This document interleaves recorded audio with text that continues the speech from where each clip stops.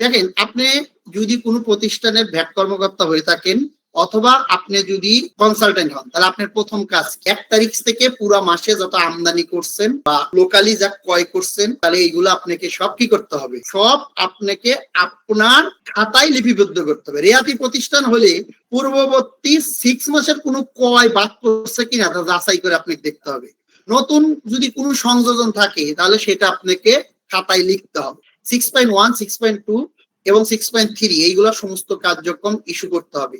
2 লাখ টাকার উপরে কোনো যদি ক্রয় হয় তার জন্য 6.10 আপনাকে ইস্যু করতে হবে। এই বিক্রয় সংক্রান্ত সকল তথ্য লিপিবদ্ধ করার পরে আপনি বাণিজ্যিক আমদানিকারক যদি হন তাহলে 6.3 এবং বিল অফ এন্ট্রির সমস্ত তথ্য দিতে হবে।